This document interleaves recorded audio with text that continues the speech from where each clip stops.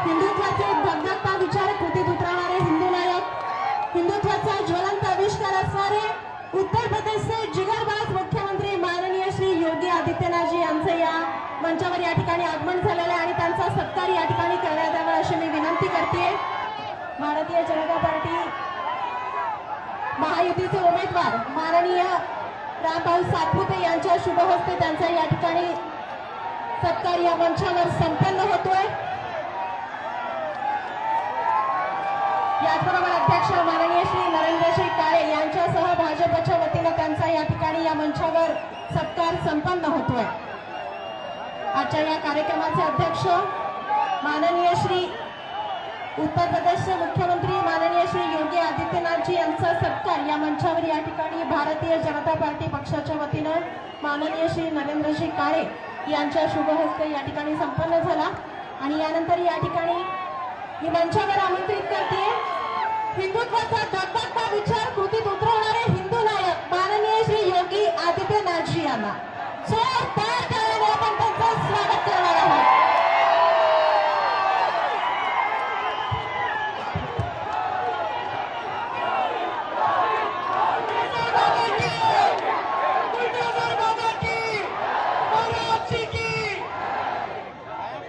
भारत माता की, भारत माता की, भारत माता की, छत्रपति शिवाजी महाराज की, छत्रपति शिवाजी महाराज की, संत विश्वेश्वर महाराज की, संत विश्वेश्वर महाराज की। जय श्री राम, जय जय श्री राम। मंच पर उपस्थित भारतीय जनता पार्टी के प्रदेश के अध्यक्ष अत्यंत कर्मठ कार्यकर्ता से चंद्रशेखर बावनकुळे जी,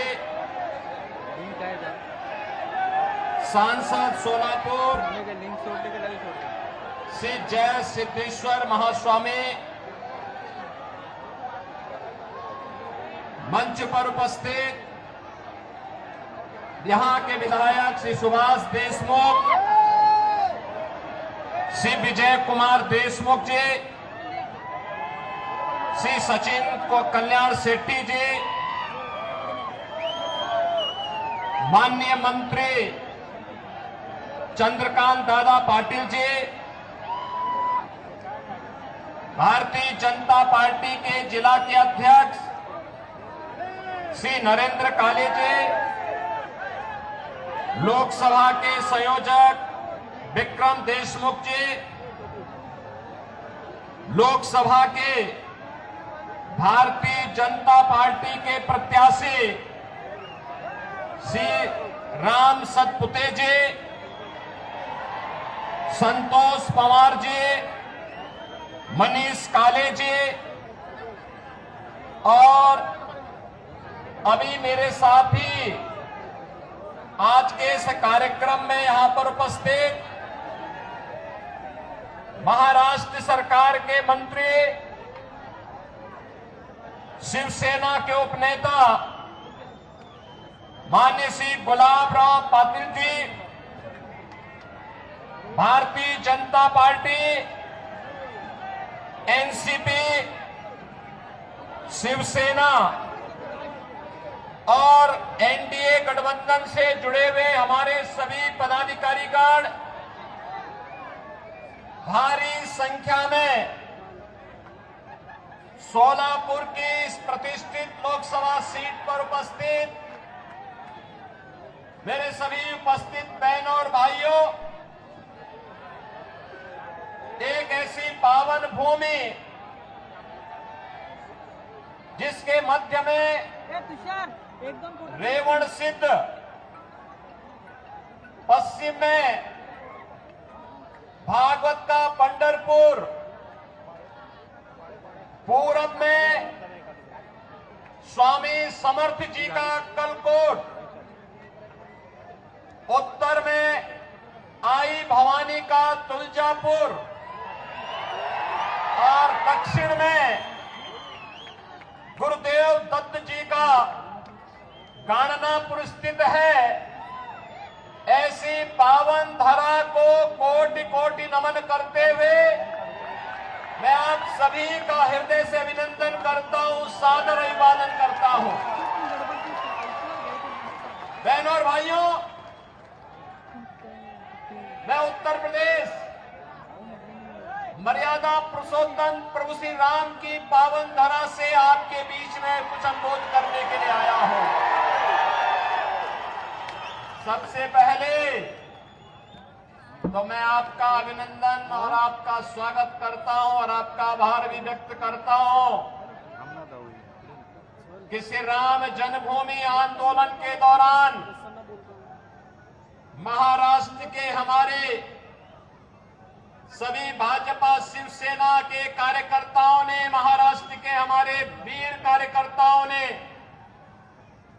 जिस आंदोलन में बढ़ चढ़ करके भाग लिया और उस दौरान राम जन्मभूमि मुक्ति के उस आंदोलन के साथ जुड़ करके सफलता अर्जित की, आज प्रधानमंत्री मोदी जी के प्रयास से और आप सबके सहयोग से अयोध्या में भगवान राम का भव्य मंदिर बन गया है। अयोध्या में प्रभु राम का यह भव्य मंदिर हम सब भारतवासियों के लिए भव्य भारत के राष्ट्र मंदिर का एक चित्रण प्रस्तुत करता है।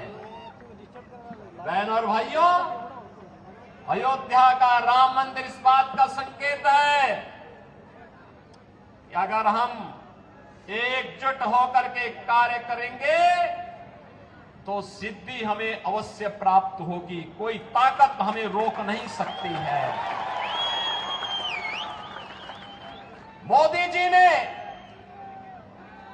प्रधानमंत्री मोदी जी ने 10 वर्षों तक इस देश के अंदर अथक प्रयास करके उनके प्रयासों में बाबा साहब भीमराव अंबेडकर का संविधान, महात्मा फूले, सावित्रीबाई फूले और सरदेव बाला साहब ठाकरे के विचारों की प्रेरणा प्रधानमंत्री मोदी जी के एक एक कार्य में झलकती है और उसी का परिणाम है पूरे देश के अंदर चारों ओर एक ही स्वर से लोग आवाज उठा रहे हैं। बहनों और भाइयों, 2 चरणों के चुनाव संपन्न हो चुके हैं।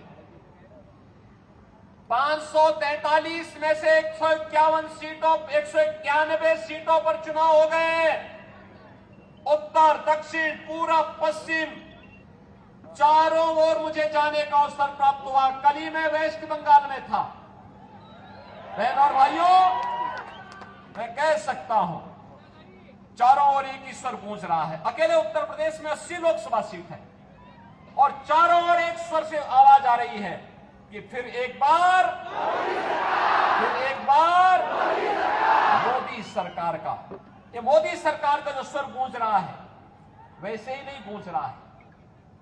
10 वर्ष तक बाबा साहब भीमराव अंबेडकर के संविधान की पूजा करते हुए, महात्मा फूले के सामाजिक न्याय को अंगीकार करते हुए, सावित्रीबाई फूले के महिला सशक्तिकरण के अभियान को आगे बढ़ाते हुए और सरदेव बाला साहब ठाकरे के हिंदुत्व की प्रचंड ज्वाला को आगे बढ़ाते हुए जो सिंहनाथ मोदी जी ने किया है, आज उसका परिणाम हम सबके सामने है। 140 करोड़ भारतवासियों का दुनिया के अंदर सम्मान बढ़ा है। भारत की सीमाएं सुरक्षित हुई हैं। एक सुरक्षित भारत किस रूप में सुरक्षित हुआ है? आज कोई भी देश, कोई भी दुश्मन भारत की सीमा का अतिक्रमण नहीं कर सकता। आतंकवाद, नक्सलवाद समाप्त, अगर कहीं जोर से पटाखा भी फूटता है तो पाकिस्तान पहले सफाई देता है कि मेरा हाथ नहीं है, क्योंकि इसे मालूम है ये नया भारत है, छेड़ता नहीं है। लेकिन अगर कोई छेड़ेगा तो फिर उसको छोड़ता भी नहीं है।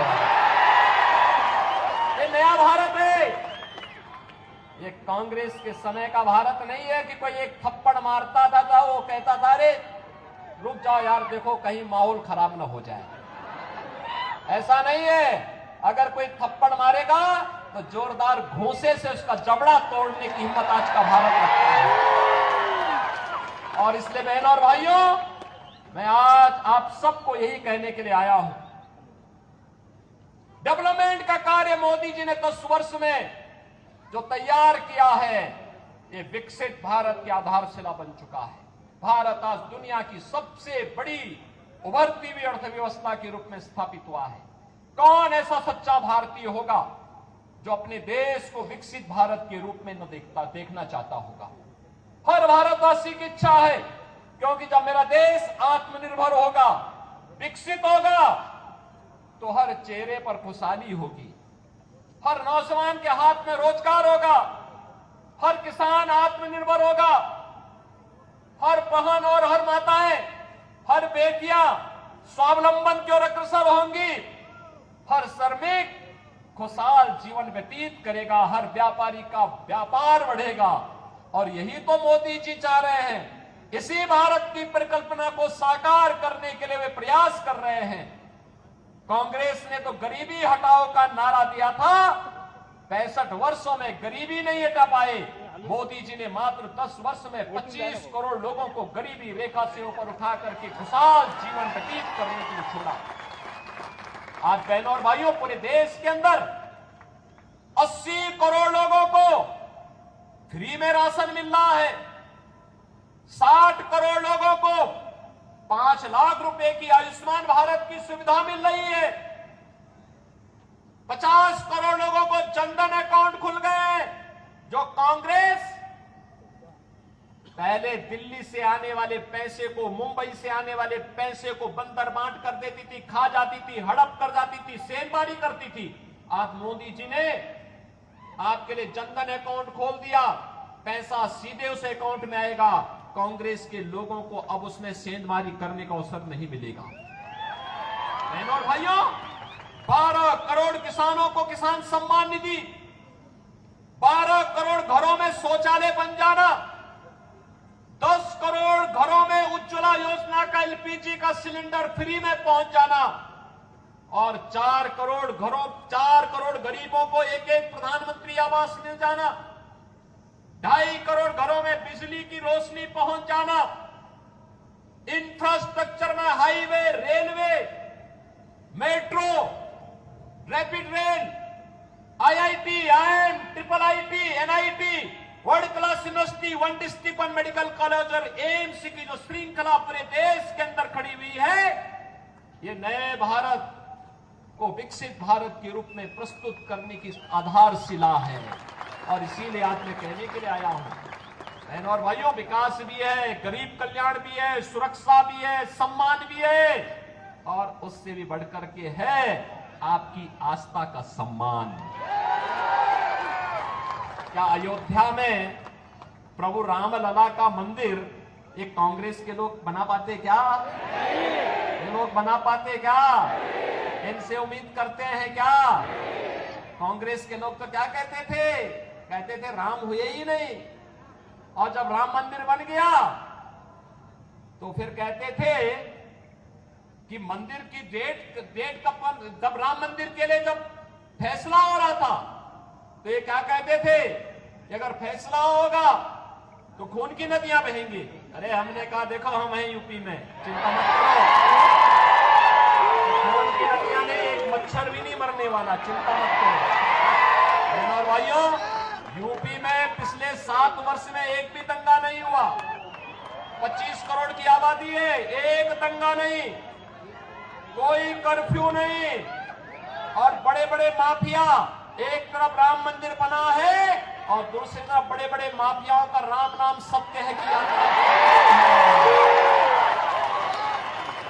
ये है यूपी।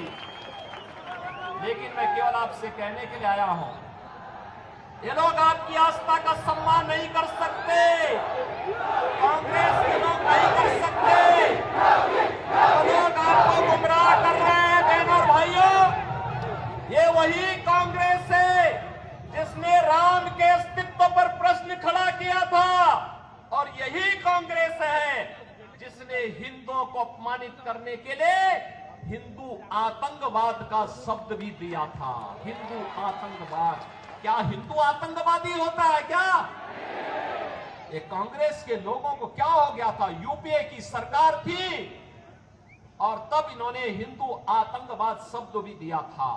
और आप याद करिए कौन व्यक्ति था देश का गृह मंत्री उस समय, याद करिए।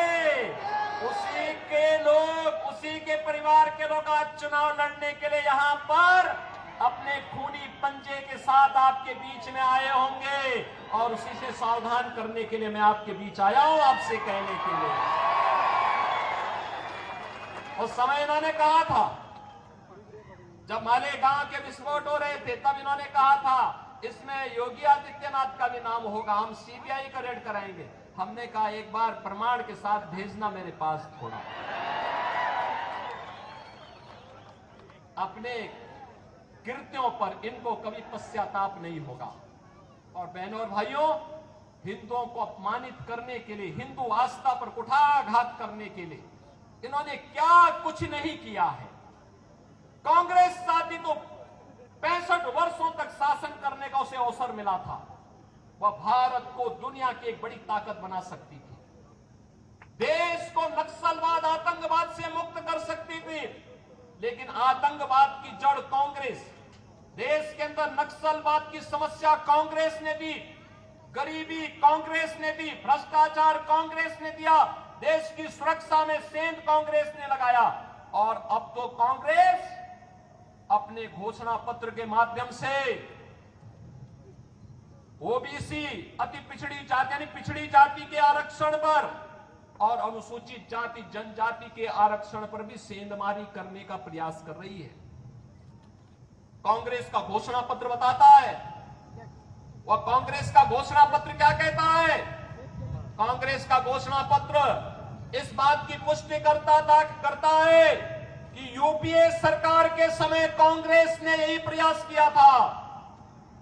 उस समय उसने जस्टिस रंगनाथ मिश्रा के नेतृत्व में एक कमेटी बनाई थी, और कमेटी ने कहा था कि पिछड़ी जाति के लोगों को मिलने वाले 27% आरक्षण में से 6% मुसलमानों को दे देना चाहिए।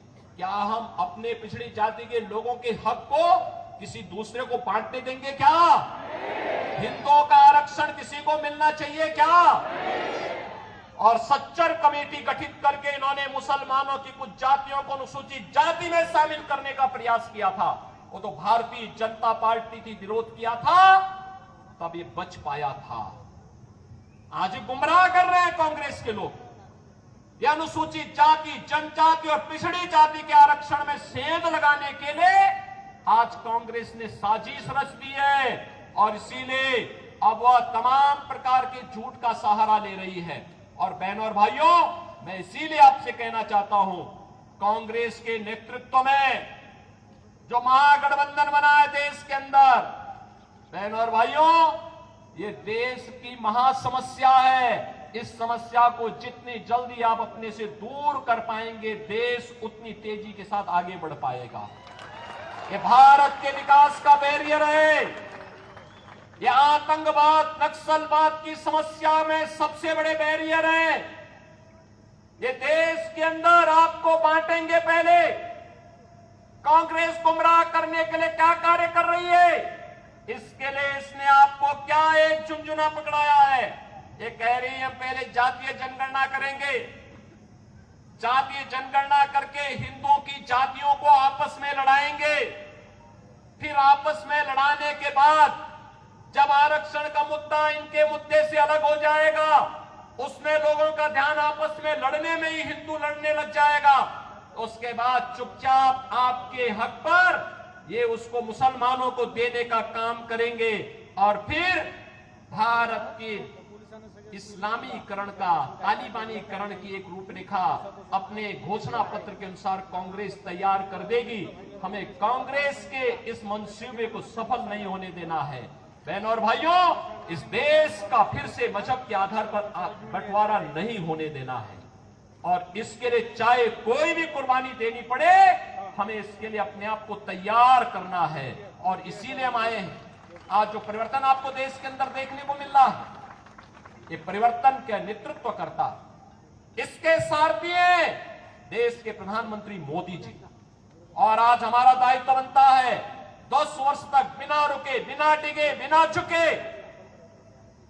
मोदी जी ने देश के विकास के लिए 24 घंटे 365 दिन लगातार 10 वर्ष तक काम किया है। और आज इसीलिए मैं आपसे अपील करने के लिए आया हूं, अगर मोदी जी अपने स्तर पर मेहनत करते हैं, कार्य करते हैं, देश के लिए सोचते हैं, नेशन फर्स्ट के लिए कार्य करते हैं, मोदी जी नेशन फर्स्ट की बात करते हैं और कांग्रेस और उनके गठबंधन के लोग फैमिली फर्स्ट की बात करते हैं। यही अंतर है। मोदी जी देश की बात करते हैं, वे परिवार की बात करते हैं। मोदी जी कहते हैं भारत को विकसित बनाएंगे, वे कहते हैं नहीं, हम भारत को बंटाधार कर देंगे, बांटना चाहते हैं देश को। क्या भारत को बांटने वालों का साथ देंगे क्या? बहनों और भाइयों, देश के अंदर जो सुरक्षा का माहौल है, देश के अंदर विकास का जो माहौल है, भारत का जो दुनिया के अंदर सम्मान बढ़ा है, मोदी जी नेतृत्व करता है, मोदी जी को श्रेय जाता है, लेकिन उससे बढ़कर का श्रेय आपको है, क्योंकि आपने मोदी जी पे विश्वास किया है। और इसीलिए इसके लिए मैं आपका अभिनंदन करता हूं और इसीलिए आपसे अपील करता हूं, आपका एक वोट, आपका एक वोट अगर गलत दिशा में जाता है, आतंकवाद का पुराना दौर वापस आ जाता है। लेकिन अगर भारतीय जनता पार्टी के पक्ष में जाता है, आत्मनिर्भर और विकसित भारत की परिकल्पना को साकार करता है। जहां राम मंदिर भी है, जहां बाबा साहब भीमराव अंबेडकर के पंचतीर्थ भी हैं, जहां पर भारत की आस्था के प्रतीक पूज्य संतों का सम्मान भी है और जहां पर गांव गरीब सबके विकास की, सबका साथ और सबके विकास की भावनाओं के अनुरूप कोई नहीं कह सकता कि मोदी जी ने 10 वर्ष में किसी का चेहरा देखकर की योजना का लाभ दिया हो। भारत का नागरिक हो, जरूरतमंद हो, उनको योजना का लाभ मिलना चाहिए। मोदी जी ने पहले दिन कहा सबका साथ, सबका विकास। तो सबका साथ और सबके विकास में कहां से बात आती है, कहां से संविधान बदलने की बात आती है? मोदी जी तो बाबा साहब भीमराव अंबेडकर के संविधान की पूजा करते हैं। याद करिए, जब भारत का नया संसद बन रहा था, मोदी जी बाबा साहब भीमराव अंबेडकर जी के संविधान को सिर पे रख करके लेके जा रहे थे, कह रहे थे हमारे भारत का सबसे पवित्र ग्रंथ है, स्वतंत्र भारत का सबसे पवित्र ग्रंथ है। क्या कांग्रेस के लोगों ने कभी ये काम किया? कभी नहीं किया, करेंगे भी नहीं। इन्होंने तो बाबा साहब भीमराव अंबेडकर का जितना अपमान कांग्रेस ने किया, किसी और ने किया ही नहीं होगा। और इसलिए बहनों और भाइयों, इनके बहकावे में आने की आवश्यकता नहीं। याद रखना, जिन लोगों ने राम मंदिर के मार्ग में रोड़े अटकाए हैं, जिन लोगों ने हिंदुओं को आतंकवादी कहा है, हमारा वोट अगर उनकी तरफ जाता है तो बहनों और भाइयों, आने वाली पीढ़ी कभी हमें माफ नहीं करेगी, कभी माफ नहीं करेगी। और इसीलिए मैं आपसे अपील करने के लिए आया हूं, पूरे देश के अंदर जो आवाज है, एक ही आवाज है, एक ही स्वर है। जो राम को लाए हैं हम उनको, जो राम को लाए हैं हम उनको लाएंगे। और मोदी जी 500 वर्षों के बाद प्रभु राम को अयोध्या में विराजमान कराए हैं। और इसीलिए मैं आप सबसे अपील करूंगा कि मोदी जी को फिर से हम देश की सत्ता सौंपेंगे। ये सोलापुर का संकल्प होना चाहिए। सहमत है? सहमत है? सभी लोग सहमत हैं? श्री राम भाई सतपुते को भारी बहुमत से विजयी बना के भेजेंगे, लेकिन आपको घर घर जाना पड़ेगा, मोदी जी का प्रतिनिधि बन करके जाना पड़ेगा। जाएंगे? श्री चंद्रशेखर बावनकुले जी का प्रतिनिधि बनकर के जाना पड़ेगा, जाएंगे। श्री देवेंद्र फडणवीस का प्रतिनिधि बनकर के जाना पड़ेगा, जाएंगे। मुख्यमंत्री शिंदे जी का प्रतिनिधि बनकर के जाना पड़ेगा, जाएंगे। सभी लोग सहमत हैं? बहनों और भाइयों, बहुमत से विजयी बनाएंगे तो आपको भी हम आश्वासन देते हैं, जैसा परिवर्तन आपको यूपी में दिखाई दिया है वैसे ही परिवर्तन पूरे देश के अंदर भारतीय जनता पार्टी सरकारों के अंदर देखने को मिलेगा। सहमत है ना? सभी लोग सहमत हैं? तो फिर मेरे साथ बोलेंगे, भारत माता की, भारत माता की, भारत माता की, वंदे वंदे वंदे।